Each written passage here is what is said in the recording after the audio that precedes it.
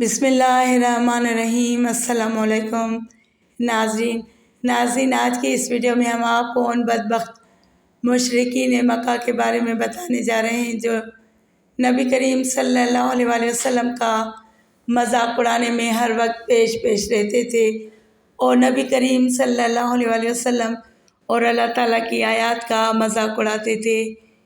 یہ نبی کریم صلی اللہ علیہ وسلم کا مذاق کیسے اڑایا کرتے تھے اور پھر ان کا انجام کیا ہوا، یہ آپ کو تفصیل سے بتائیں گے۔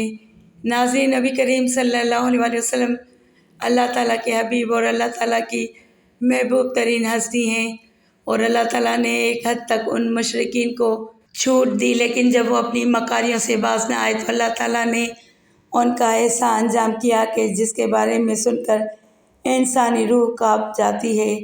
بے شک اللہ تعالیٰ کی پکڑ بڑی سخت ہے۔ ناظرین، روایات بتاتی ہیں کہ کچھ مشرک ایسے بھی تھے جو مستقل طور پر آپ کا مذاق اڑایا کرتے تھے۔ اللہ تعالیٰ نے ان کے بارے میں سورہ ہجر میں یوں ارشاد فرمایا، یہ جو لوگ آپ پر ہنستے ہیں اور اللہ تعالیٰ کے سوا دوسروں کو معبود قرار دیتے ہیں، ان سے آپ کے لیے ہم کافی ہیں دوستو۔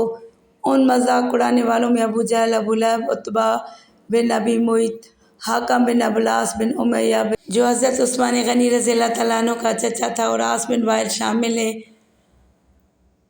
ابو لہب کی حرکات میں سے ایک حرکت یہ بھی تھی کہ وہ آپ صلی اللہ علیہ وسلم کے دروازے پر گندگی پھینک جایا کرتا تھا، تاکہ ایک روز وہ وہی حرکت کر کے جا رہا تھا کہ اسے اس کے بھائی حضرت حمزہ رضی اللہ تعالیٰ عنہ نے دیکھ لیا۔ حضرت حمزہ رضی اللہ تعالیٰ عنہ نے وہ گندگی اٹھا کر فوراً ابو لہب کے سر پر ڈال دی، اور اسی طرح عقبہ بن ابی معیط نبی کریم صلی اللہ علیہ وسلم کے دروازے پر گندگی ڈال جایا کرتا تھا۔ عقبہ نے ایک روز حضور صلی اللہ علیہ وسلم کے چہرے کی طرف تھوکا، وہ تھوک لوٹ کر اسی کے چہرے پر آ پڑا، جس حصے پر وہ تھوک گرا وہاں کوڑ جیسا نشان بن گیا۔ ناظرین، ایک مرتبہ عقبہ بن ابی معیط سفر سے واپس آیا تو اس نے ایک بڑی دعوت دی۔ اس نے تمام قریشی سرداروں کو کھانے پر بلایا۔ اس موقع پر اس نے حضرت صلی اللہ علیہ وسلم کو بھی بلایا، مگر جب کھانا مہمانوں کے سامنے چنا گیا تو آپ صلی اللہ علیہ وسلم نے کھانے سے انکار کر دیا اور فرمایا، میں اس وقت تک تمہارا کھانا نہیں کھاؤں گا جب تک کہ تم یہ نہ کہو کہ اللہ تعالیٰ کے سوا کوئی عبادت کے لائق نہیں۔ چونکہ مہمان نوازی عرب کے لوگوں کی خاص علامت تھی، اور وہ مہمانوں کو کسی قیمت پر ناراض نہیں ہونے دیتے، اس لیے عقبہ نے کہہ دیا کہ میں گواہی دیتا ہوں کہ اللہ کے سوا کوئی معبود نہیں۔ یہ سن کر آپ صلی اللہ علیہ وسلم نے کھانا کھا لیا۔ کھانے کے بعد سب لوگ اپنے گھر چلے گئے۔ عقبہ بن ابی معیط ابن ابی خلف کا دوست تھا۔ لوگوں نے اسے بتایا کہ عقبہ نے کلمہ پڑھ لیا۔ ابی بن خلف اس کے پاس آیا اور بولا، عقبہ کیا تم بے دین ہو گئے ہو؟ جواب میں اس نے کہا، خدا کی قسم میں بے دین نہیں ہوا، یعنی مسلمان نہیں ہوا۔ بات صرف اتنی سی ہے کہ ایک معزز آدمی میرے گھر آیا اور اس نے کہہ دیا کہ میں جب تک اس کے کہنے کے مطابق توحید کی گواہی نہیں دوں گا وہ میرے یہاں کھانا نہیں کھائے گا۔ مجھے اس بات سے شرم آئی کہ ایک شخص میرے گھر آئے اور کھانا کھائے بغیر چلا جائے، اس لیے میں وہ الفاظ کہہ دیے اور اس نے کھانا کھا لیا، لیکن سچ یہی ہے کہ میں نے وہ کلمہ دل سے نہیں کہا تھا۔ یہ بات سن کر ابی بن خلف کو اطمینان نہ ہوا، اور اس نے کہا، میں اس وقت تک نہ اپنی شکل تمہیں دکھاؤں گا اور نہ تمہاری شکل دیکھوں گا جب تک کہ تم نعوذ باللہ محمد کا منہ چڑھاؤ، ان کے منہ پر نہ تھوکو اور ان کے منہ پر نہ مارو۔ یہ بات سن کر عقبہ نے کہا، یہ میرا تم سے وعدہ ہے۔ اس کے بعد جب حضور نبی کریم صلی اللہ علیہ وسلم اس بدبخت کے سامنے آئے، اس نے آپ صلی اللہ علیہ وسلم کا منہ چڑھایا، آپ کے چہرہ مبارک پر تھوکا، لیکن اس کا تھوک آپ صلی اللہ علیہ وسلم کے چہرہ مبارک تک نہ پہنچا بلکہ خود اس کے منہ پر آ گرا۔ اس نے محسوس کیا گویا آگ کا کوئی انگارہ اس کے چہرے پہ آ گرا ہے۔ اس کے چہرے پر جلنے کا نشان باقی رہ گیا اور مرتے دم تک رہا۔ یاد رہے کہ اسی عقبہ بن ابی معیط کے بارے میں سورہ فرقان میں ایک آیت بھی نازل ہوئی تھی، جس کا ترجمہ ہے کہ جس روز ظالم اپنے ہاتھ کاٹ کھائے گا اور کہے گا، کیا ہی اچھا ہوتا میں رسول کے ساتھ دین کی راہ پر لگ جاتا۔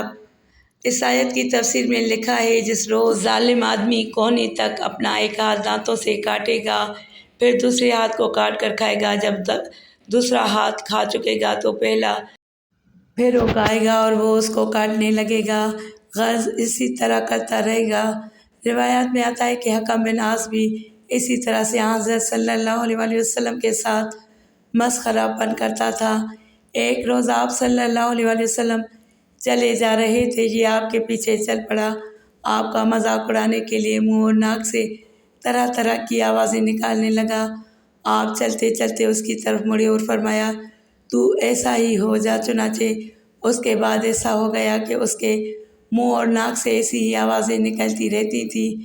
ایک ماہ تک یہ بے ہوشی کی حالت میں رہا، اس کے بعد مرنے تک اس کے منہ اور ناک سے ایسی ہی آوازیں نکلتی رہیں۔ اسی طرح عاص بن وائل بھی آپ صلی اللہ علیہ وآلہ وسلم کا مذاق اڑایا کرتا تھا۔ وہ کہا کرتا تھا، محمد اپنے آپ کو اور اپنے ساتھیوں کو نعوذ باللہ یہ کہہ کر دھوکہ دے رہے ہیں کہ مرنے کے بعد دوبارہ زندہ کیے جائیں گے۔ خدا کی قسم، ہماری موت صرف زمانے کی گردش اور وقت کے گزرنے کی وجہ سے آتی ہے۔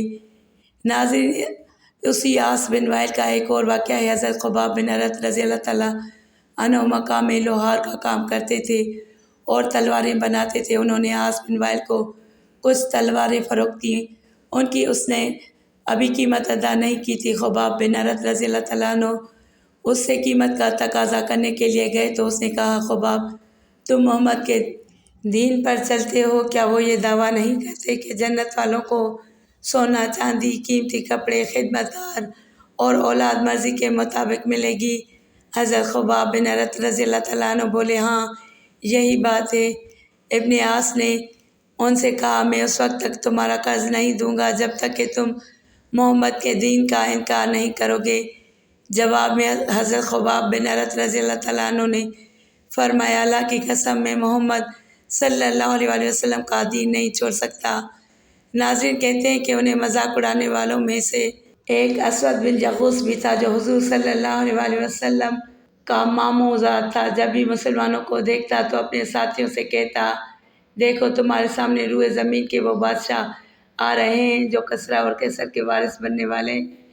یہ بات وہ اس لیے کہتا تھا کہ کیونکہ صحابہ رضی اللہ تعالیٰ عنہ میں سے اکثر کے لباس پھٹے پرانے ہوتے تھے، وہ مفلس اور نادار تھے، اور آپ صلی اللہ علیہ وآلہ وسلم یہ پیشن گوئی فرما چکے تھے کہ مجھے ایران اور روم کی سلطنتوں کی کنجیاں دی گئی ہیں۔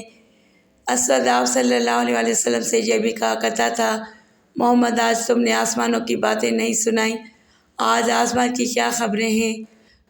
کہا جاتا ہے کہ یہ اور اس کے ساتھی جب آپ صلی اللہ علیہ وآلہ وسلم کے صحابہ رضوان اللہ تعالیٰ علیہم اجمعین کو دیکھتے تو سیٹیاں بجاتے تھے، آنکھیں مٹکاتے تھے۔ اسی قسم کا ایک آدمی نضر بن حارث تھا، یہ بھی آپ صلی اللہ علیہ وآلہ وسلم کا مذاق اڑانے والوں میں شامل تھا۔ ان میں سے اکثر لوگ ہجرت سے پہلے بھی ہی مختلف آفتوں اور بلاؤں میں گرفتار ہو کر ہلاک ہو چکے۔ ان مذاق اڑانے والوں میں سے ایک حضرت خالد بن ولید رضی اللہ تعالیٰ عنہ کا باپ ولید بن مغیرہ بھی تھا، ابو جہل کا چچا تھا، قریش کے دولت مند لوگوں میں سے اس کا شمار ہوتا تھا۔ حج کے زمانے میں تمام حاجیوں کو کھانا کھلاتا تھا، کسی کو چولہا نہیں جلانے دیتا تھا، لوگ اس کی بہت تعریف کرتے تھے، اس کے قصیدے پڑھتے تھے، اس کے بہت سے باغات تھے۔ ایک باغ ایسا تھا جس میں تمام سال پھل لگتا تھا، لیکن اس نے آپ صلی اللہ علیہ وآلہ وسلم کو اس قدر تکلیف پہنچائی کہ آپ صلی اللہ علیہ وآلہ وسلم نے اس کے لیے بد دعا فرما دی۔ کہتے ہیں کہ اس کے بعد اس کا مال ختم ہو گیا، باغات تباہ ہو گئے، پھر حج کے دنوں میں کوئی اس کا نام لینے والا بھی نہ رہا۔ ایک روز جبرائیل علیہ السلام آپ صلی اللہ علیہ وآلہ وسلم کے پاس تشریف لائے۔ اس وقت آپ صلی اللہ علیہ وآلہ وسلم بیت اللہ کا طواف کر رہے تھے۔ جبرائیل علیہ السلام نے آ کر عرض کیا، مجھے حکم دیا گیا ہے کہ میں آپ صلی اللہ علیہ وآلہ وسلم کو مذاق اڑانے والوں سے نجات دلاؤں۔ ایسے میں ولید بن مغیرہ ادھر سے گزرا۔ جبرائیل علیہ السلام نے آپ صلی اللہ علیہ وآلہ وسلم سے پوچھا، آپ اسے کیسا سمجھتے ہیں؟ آپ صلی اللہ علیہ وآلہ وسلم نے فرمایا، اللہ تعالیٰ کا برا بندہ ہے۔ یہ سن کر جبرائیل علیہ السلام نے ولید کی پنڈلی کی طرف اشارہ کیا اور بولے، میں نے اسے انجام تک پہنچا دیا۔ پھر عاص بن وائل